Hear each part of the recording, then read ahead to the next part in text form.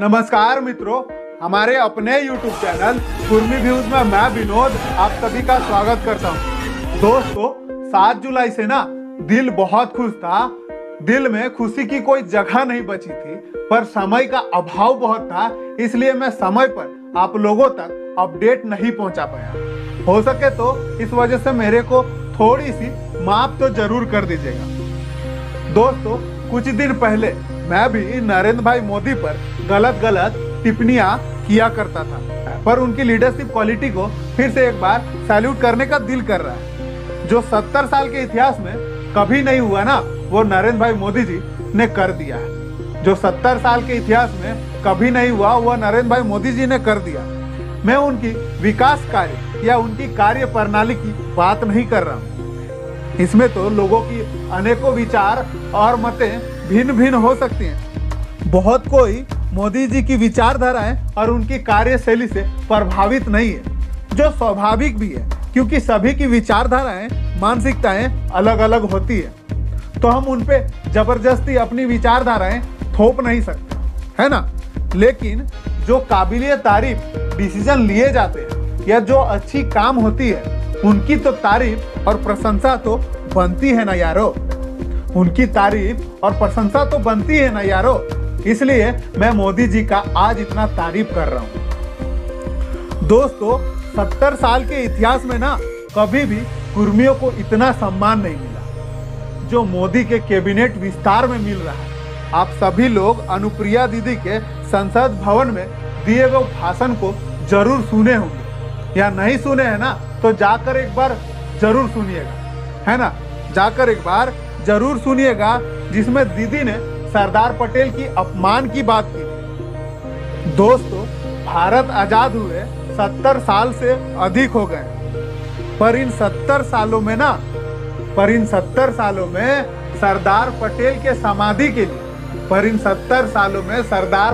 समाधि के लिए दिल्ली में 1 इंच जमीन तक नहीं मिली।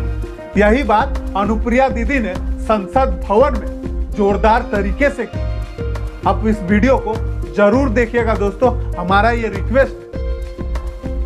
आप उस वीडियो को फुल्ली वॉच कीजिएगा।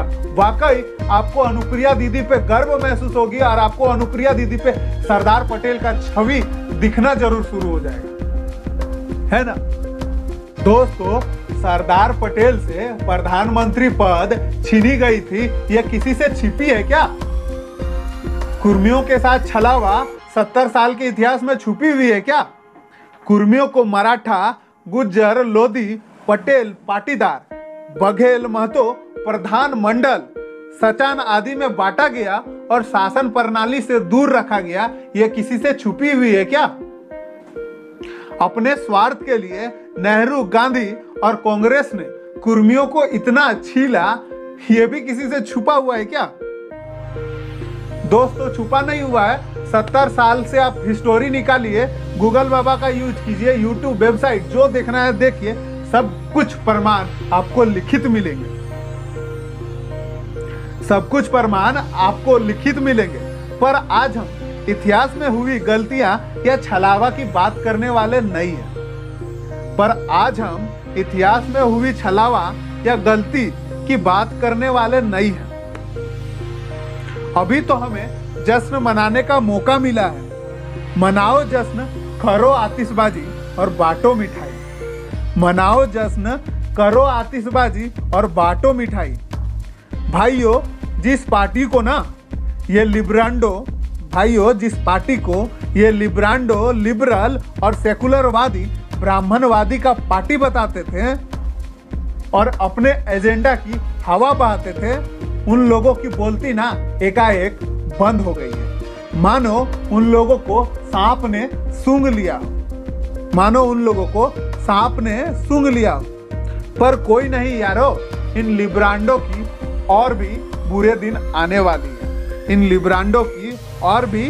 दिन आने वाली है। दोस्तों, गूगल बाबा का यूज करें, यूट्यूब खोलिए, वेबसाइट खोलिए, क्रोम खोलिए, ITR मारिए, जिस प्रकार से हो इंफॉर्मेशन निकालिए, खोलिए और देखिए कि किस प्रकार पूरे 70 साल में, चाहे वो कोई भी पार्टी हो, कांग्रेस हो, बीजेपी हो, तृणमूल हो, जितने सारे राष्ट्रीय पार्टी हो या क्षेत्रीय पार्टी हो, किनका दबदबा सबसे अधिक रहा है, किनका दबदबा सबसे अधिक रहा है और किन लोगों ने सबसे ज्यादा राज शासन में अपना भागीदारी दी है, उन लोगों को ना मोदी जी ने करारा तमाचा तो जरूर मारा है, करारा तमाचा तो जरूर दिया है, जोर का झटका भी लगी है।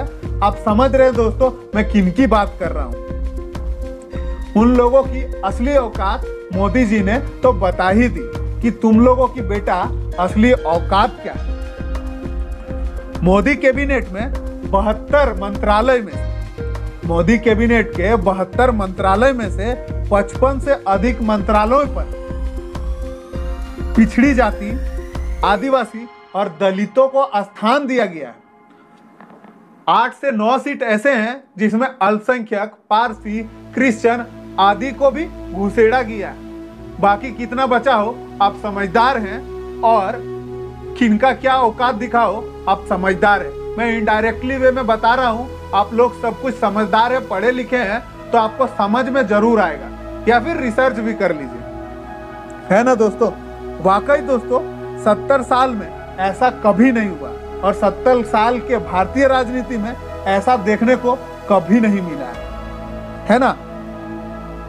और ना ही 70 साल के राजनीतिक इतिहास में सरदार वंशजों को इतना सम्मान मिला है। वाकई मोदी जी के लीडरशिप क्वालिटी को फिर से पुनः एक बार सैल्यूट करने को दिल कर रहा है। अपने कैबिनेट विस्तारीकरण में इतना स्थान, अपने को कैबिनेट विस्तारीकरण में इतना स्थान मिलेगा जिसका हमने उम्मीद तक नहीं किया था और शायद कुर्मी समुदाय के लोगों ने भी उम्मीद नहीं किया था और हमारे कुर्मी लीडरों ने भी उम्मीद नहीं किया था। मोदी कैबिनेट में कुर्मी समुदाय के कोटे में 10 मंत्रालय मिली। मोदी कैबिनेट में कुर्मी समुदाय के लीडरों को 10 मंत्रालय में जिम्मेवारी मिली है। मोदी कैबिनेट में कुर्मी समुदाय को 6 कैबिनेट मंत्री और 4 राज्य मंत्री का प्रभार दिया गया। वाकई ये हमारे लिए गौरवान्वित विषय है और ये गर्व का विषय है। पर इन खुशी के लम्हों में हम उस इंसान को नहीं भूल सकते हैं जिसके वजह से आज हमें कैबिनेट मंत्रालय में इतनी बड़ी भागीदारी मिली है। वाकई उनमें सरदार पटेल जैसी यूनाइट करने की काबिलियत है। वाकई उनमें सरदार पटेल जैसी यूनाइट करने की काबिलियत है। हम किसकी बात कर रहे हैं शायद आप लोगों को पता है, हम किसकी बात कर रहे हैं शायद आप लोगों को पता है। और यदि आप लोगों को पता हो ना तो कमेंट सेक्शन में जरूर बताइएगा कि हमारे समुदाय का वह किंग मेकर कौन है जिनके वजह से आज कुर्मी समुदाय का दबदबा पार्लियामेंट हो या कैबिनेट में दिख रहा है। मित्रों वीडियो थोड़ी लंबी बन रही है इसलिए आज हम लोग केवल मोदी जी के कैबिनेट मिनिस्ट्री की ही बात करेंगे और दूसरे वीडियो में हम लोग मोदी जी के कैबिनेट राज्य मंत्रियों की बात करेंगे, यानी पार्ट 2 में, है ना। पहला है हमारे ज्योतिरादित्य सिंधिया। कुछ दिन पहले कांग्रेस से बीजेपी में आए हैं। कुर्मी मराठा कुल के बड़े लीडर हैं। मराठा क्षत्रिय राजवंश शिंदे राजघराना से रिलेटेड है।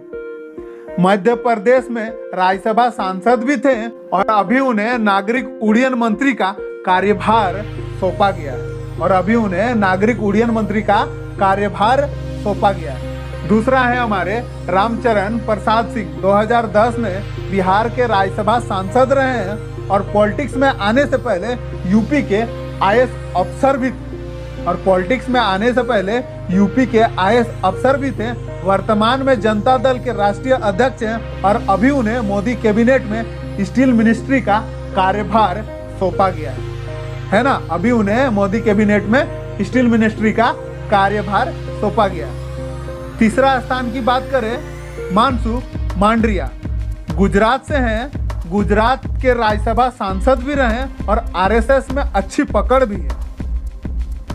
गुजरात के सांसद भी रहे, राज्यसभा सांसद भी रहे हैं, आरएसएस में अच्छी पकड़ भी है और उन्हें अभी health minister, family welfare, chemical and fertilisation minister का दायित्व भी सौंपा गया।